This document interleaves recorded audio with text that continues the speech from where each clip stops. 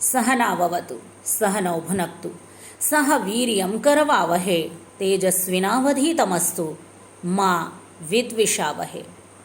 वह अर्थात परमात्मा ईश्वर हम दोनों अर्थात टीचर और स्टूडेंट की साथ साथ रक्षा करे, हम दोनों का साथ साथ पालन करे, हम दोनों साथ साथ विद्या की प्राप्ति की सामर्थ्य का अर्जन करें, हम दोनों साथ साथ तेजस्विता को प्राप्त हों और हम दोनों एक दूसरे से द्वेष न करें।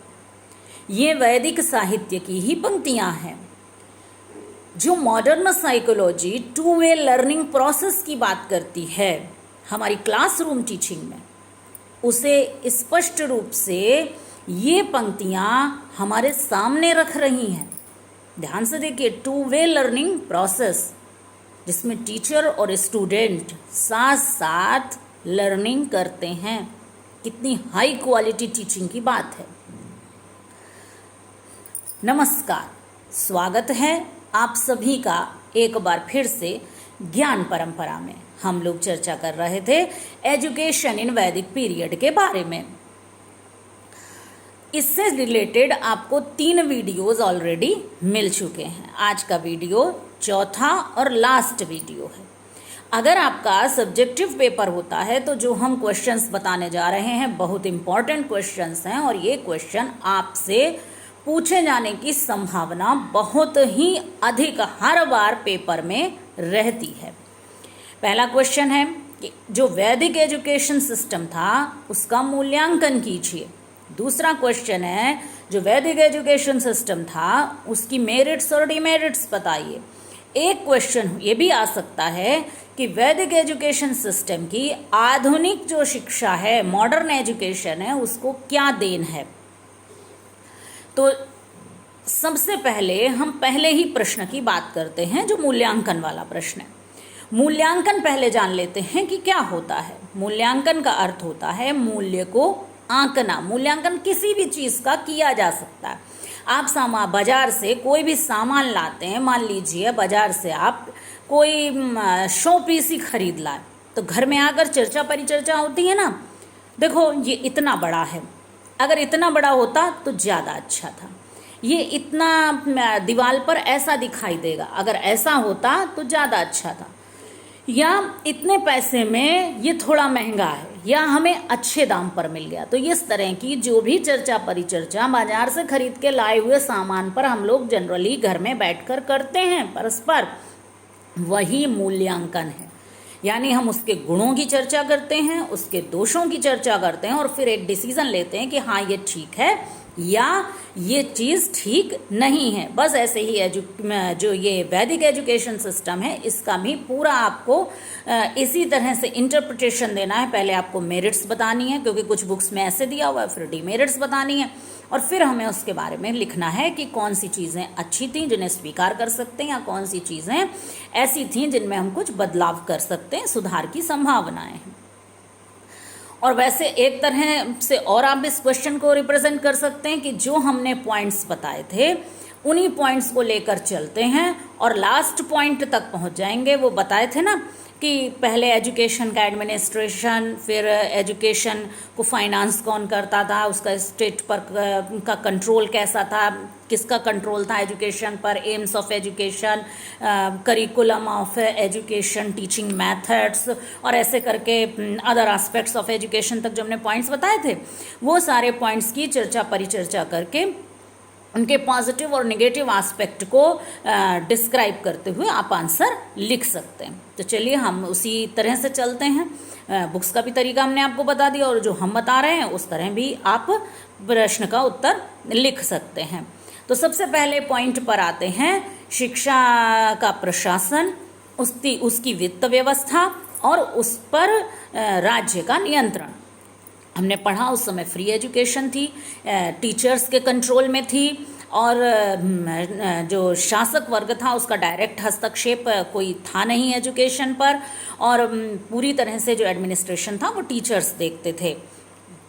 तो ये उस समय की बहुत अच्छी बात है कि उस समय शिक्षा व्यवस्था ऐसी थी, और इस चीज़ को हम आज भी अपना सकते हैं। आपका एक सेकंड पेपर है करिकुलम डेवलपमेंट से रिलेटेड, उसमें आप देखिए जो करिकुलम का मॉडल है उसमें grass root model of curriculum है। वो क्या बात कहता है? वो यही बात कहता है कि जो करिकुलम हम डिसाइड करते हैं उसमें टीचर्स की भागीदारी होनी चाहिए। तो जो आधुनिक लोग कह रहे हैं वो बातें उस समय विद्यमान थी। टीचर्स के हाथ में पूरी की पूरी एजुकेशन थी। तो उतना नहीं, क्योंकि अब जनसंख्या बहुत अधिक है, जो बहुत अधिक विस्तार हुआ है, लेकिन इस चीज़ को तो हम आज स्वीकार कर ही सकते हैं कि टीचर्स के व्यूज़ को स्थान मिलना चाहिए। और देखिए इस चीज़ को स्वीकार किया भी जा रहा है। अभी राष्ट्रीय शिक्षा नीति बनी है, न्यू एजुकेशन पॉलिसी, तो उसमें सभी से उनके विचार मांगे भी गए थे, टीचर्स वगैरह से मांगे गए थे कि वो अगर कुछ अपने व्यूज़ देना चाहें तो वो दें। तो यानी इस चीज़ को ऑलरेडी हम एक्सेप्ट कर रहे हैं, फ्री एजुकेशन। तो आज हमारी गवर्नमेंट हमारे बच्चों को फ्री एजुकेशन प्रोवाइड करा रही है।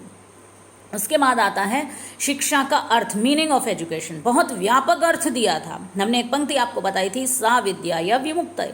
विद्या वो है जो मुक्ति दिलाए, किससे? किसी भी तरह की समस्या हो उससे एजुकेशन मुक्ति दिलाती है। शिक्षा पर जोर क्यों दिया जाता है? गवर्नमेंट क्यों लोगों को इतना साक्षर बनाने में लगी हुई है? क्यों? क्योंकि जैसी समस्याएं निरक्षर लोगों के सामने आती हैं, वैसी समस्याएं अगर पढ़े लिखे लोगों के सामने आती हैं, एजुकेटेड पीपल उन प्रॉब्लम्स को इजीली टैकल कर ले जाते हैं। ऐसे समस्याओं को सॉल्व करना जो लोग पढ़े लिखे नहीं होते उनके बस में नहीं होता। तो यानी ये भी बहुत पॉजिटिव पॉइंट था उस समय के एजुकेशन का, और हमें आज के युग में इसे एक्सेप्ट करना चाहिए।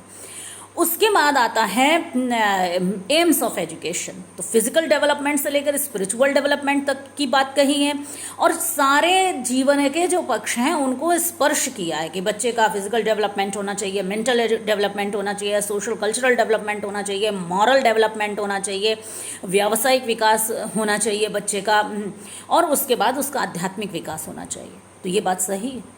हम लोग आध्यात्मिक विकास पर आज जोर नहीं दे रहे हैं। समाज में जो समस्याएं हमें दिखाई दे रही हैं, कहीं ना कहीं उसके लिए ये हम कह सकते हैं कि हमारे बच्चों में अगर आध्यात्मिक विकास हो, थोड़ी सी आध्यात्मिकता का समावेश हो, तो स्थितियां थोड़ी बेहतर हो सकती हैं। अब आता है करिकुलम। तो जो करिकुलम था उस समय जितने सब्जेक्ट्स थे वो पढ़ाए जाते थे। आजकल एक बात है कि ऐसे सारे विषय तो नहीं पढ़ाए जा सकते हैं, क्योंकि अब ज्ञान का विस्तार बहुत अधिक हुआ है, बहुत सारे सब्जेक्ट्स हैं, बच्चों की चॉइस है। तो ये तो बात है कि बच्चों को थोड़ी बहुत नॉलेज हर चीज़ की होनी चाहिए, लेकिन जो ये आज की बात है कि बच्चे अपने मन से सब्जेक्ट चॉइस करते हैं, ये ज़्यादा बेटर है। तो हर विषय हर बच्चे को पढ़ाया जाना जैसे उस समय पढ़ाया जाता था, बहुत व्यापक पाठ्यचर्या थी, तो ये उतना एक्सेप्टेबल नहीं है। अब आता है टीचिंग मेथड्स। तो बहुत हाई लेवल के टीचिंग मेथड्स उस समय डेवलप हुए थे। स्टोरी टेलिंग मेथड, कहानी विधि, या प्रैक्टिस एंड रिपीटिशन मेथड, अभ्यास आवृत्ति विधि, या लेक्चर मेथड, व्याख्यान विधि, डेमोन्स्ट्रेशन मेथड, प्रदर्शन विधि, और जो डिस्कशन, वाद विवाद, शास्त्रार्थ वगैरह होते थे, ये विधियाँ आज भी प्रासंगिक है आयु और स्तर के अनुरूप। उसके अलावा एक टीचिंग मेथड उस समय यूज़ होता था, श्रवण मनन निधिध्यासन विधि। हमने उसका डिस्क्रिप्शन पहले आपको पूरा बताया हुआ है। वो टीचिंग मेथड आज ज़रूर से यूज़ होना चाहिए हायर एजुकेशन के लेवल पर, अगर हमारी यूथ में दूसरों के बातों को सुनने की जो सहनशीलता है वो विकसित हो जाए, गलत और सही को पर चिंतन करने की सामर्थ्य विकसित हो जाए, और तभी वो किसी चीज़ को एक्सेप्ट करें, तो ये चीज़ बहुत ही अच्छी होगी। और वैदिक पीरियड की इस बात को हमें एक्सेप्ट करना चाहिए। उसके बाद आता है डिसिप्लिन। गुरु और शिष्य के बीच उस समय मधुर संबंध थे, बहुत हाई लेवल का डिसिप्लिन था, सेल्फ कंट्रोल की बात थी। अब आप खुद ही सोचिए कि आज के युवा वर्ग से हम इतने कठोर डिसिप्लिन की बात कर सकते हैं? निश्चित तौर पर अगर हम आज के संदर्भ में देखें तो वो अनुशासन सही तो था, बहुत सही था, लेकिन आज के संदर्भ में वो कठोर अनुशासन के अंतर्गत आएगा। तो हमें धीरे धीरे अपने बच्चों को समझाना चाहिए, लेकिन हम इतनी अपेक्षा आज अपने युवा वर्ग से या बच्चों से नहीं कर सकते हैं। तो इसमें थोड़ा सा लचीलापन होना चाहिए कि बच्चों की इच्छाओं को, उनकी भावनाओं को उनकी फीलिंग्स को स्थान मिलना चाहिए। केवल आदर्श को सामने रखकर उनकी रखना अच्छी बात है, लेकिन थोड़ा सा ये ध्यान रखना चाहिए कि बच्चों की अपनी इच्छाएं भी बनी रहें, वो उसको भी फुलफिल कर पाएँ। उसके बाद टीचर स्टूडेंट, बहुत हाई लेवल का टीचर का स्वरूप उस समय था। टीचर की रिस्पेक्ट उस समय बहुत ज़्यादा थी और स्टूडेंट भी बहुत आदर्श तरह से रहते थे। आज टीचर जो है एक वेतनभोगी कर्मचारी अधिक है, उससे उस तरह के पूर्ण ज्ञानी होने की अपेक्षा नहीं की जा सकती जैसे पहले था। टीचर अपने 1 या 2 विषयों में दक्ष व्यक्ति होना चाहिए, जिसका व्यवहार अपने विद्यार्थियों से अच्छा हो। तो वैदिक शिक्षा की ये जो बात है, इतनी उच्च स्तर की आकांक्षा आज के समय में गुरु और शिष्य दोनों से करना थोड़ा कठिन है। उसके बाद आता है उस समय के स्कूल्स, गुरुकुल। तो गुरुकुल, ये बात तो सही है, खुले वातावरण में होना चाहिए और बच्चों के खेलने आदि का स्थान होना चाहिए। पहले तो प्रकृति से की गोद में होते थे, नगर के कोलाहल से दूर होते थे। तो स्कूल्स में ये तो है कि हाँ, बच्चों को इंडिपेंडेंस मिलनी चाहिए, प्राकृतिक वातावरण मिलना चाहिए और ये चीज़ भी हम आज एक्सेप्ट करें, ऐसा ज़रूरी है। अब आती है बात अदर एस्पेक्ट्स ऑफ एजुकेशन की, जिसमें जन शिक्षा आती है, स्त्री शिक्षा आती है, धार्मिक शिक्षा आती है और व्यावसायिक शिक्षा आती है। तो उस समय जन शिक्षा का कॉन्सेप्ट प्रारंभिक वैदिक पीरियड में तो सबको एजुकेशन की सुविधा उपलब्ध थी, लेकिन उत्तर वैदिक काल आते आते जो निम्न वर्ग था उसको शिक्षा से वंचित कर दिया गया था। तो ये बात अच्छी नहीं है और इसे हम आज एक्सेप्ट नहीं करेंगे। शिक्षा सबके लिए होनी चाहिए। ऐसे ही स्त्री शिक्षा, उस समय स्त्री और पुरुष की समान शिक्षा थी प्रारंभिक वैदिक पीरियड में। धीरे धीरे लड़कियों के साथ भी थोड़ा सा यही हुआ कि शादी की एज जो थी वो कम हो गई, तो लड़कियां कम पढ़ पाने लगी या लड़कियों के लिए उतनी अच्छी शिक्षा की व्यवस्था नहीं थी। यद्यपि विद्वान स्त्रियों का वर्णन मिलता है, लेकिन सर्वसुलभ स्त्री शिक्षा की व्यवस्था नहीं थी। तो आज हमारी जो गवर्नमेंट ने वीमेन एजुकेशन के लिए कदम उठाए हैं वो बहुत अच्छे हैं। तो हम ये चीज़ तो लेंगे, जैसे उस समय विद्वान स्त्रियां थी तो उनकी तो बातें हमें एक्सेप्ट करनी चाहिए। हमें वो विचार को देखना चाहिए कि उस समय स्त्रियां पढ़ती नहीं, लेकिन सर्वसुलभ शिक्षा की उस समय व्यवस्था नहीं थी। तो आज हमें ये बात करनी चाहिए कि वीमेन एजुकेशन की सर्वसुलभ शिक्षा की व्यवस्था हो। सरकार हमारी ये काम कर भी रही है। उसके बाद आता है व्यावसायिक शिक्षा। तो उस समय व्यावसायिक शिक्षा पर बहुत अधिक गुरुकुलों में बल नहीं था। कुछ शिल्प आदि की शिक्षा दी जाती थी, लेकिन मुख्य बल धार्मिक और नैतिक शिक्षा पर था। तो आज के समय में व्यावसायिक शिक्षा देना ज़रूरी है, ये बात हमें ध्यान देनी चाहिए। तो वैदिक एजुकेशन पीरियड की हम इस बात को थोड़ा सा हम मॉडिफाई कर सकते हैं कि व्यावसायिक शिक्षा की पर्याप्त व्यवस्था आज के समय में होनी चाहिए। जनसंख्या अधिक है, प्रतिस्पर्धा का युग है। फिर धार्मिक शिक्षा भी बहुत अधिक थी। आजकल के समय में जो धार्मिक शिक्षा है तो बच्चों के आध्यात्मिक विकास, नैतिक विकास के रूप में उसे लेना चाहिए। और अगर हम उतनी सीमा तक धार्मिक शिक्षा की व्यवस्था नैतिकता और आध्यात्मिकता के रूप में करते हैं तो इससे सकारात्मक परिणाम प्राप्त हो सकते हैं। लेकिन आजकल एक बात और है, धार्मिक शिक्षा का जिस तरह का स्वरूप है या धर्म को लेकर जितना भ्रम लोगों में फैला हुआ है, उस चीज़ को भी दूर किया जाना चाहिए। जो धर्म उस समय था उस वास्तविक स्वरूप को लोगों के सामने आना चाहिए। तो कुल मिलाकर हम कह सकते हैं कि वैदिक युग की शिक्षा व्यवस्था एक आदर्श शिक्षा व्यवस्था थी, जिसके बहुत सारे गुण थे, कुछ कमियां भी थीं। तो हमें उन गुणों को स्वीकार करना चाहिए, जो अच्छी बातें हमने आपको बताई, और जो कमियां हैं उनको ध्यान में रखना चाहिए और वो आज के समय में ना दोहराई जाएं। इस बात का ध्यान में रखते हुए हमें अपनी शिक्षा व्यवस्था को आगे बढ़ाना चाहिए। इसके अलावा हमने आपको 2 क्वेश्चन और बताए कि वैदिक शिक्षा के गुण दोष बताइए, यह मतलब जो मेरिट्स डिमेरिट्स। तो यही क्वेश्चन जो है, जो हमने अभी आंसर आपको बताया, सेम आंसर है कि जो उसकी अच्छी बातें भी हैं वो आप अलग लिख दीजिए और जो दोष अगर पूछे जा रहे हैं तो वो आप अलग से फिर लिख दीजिए।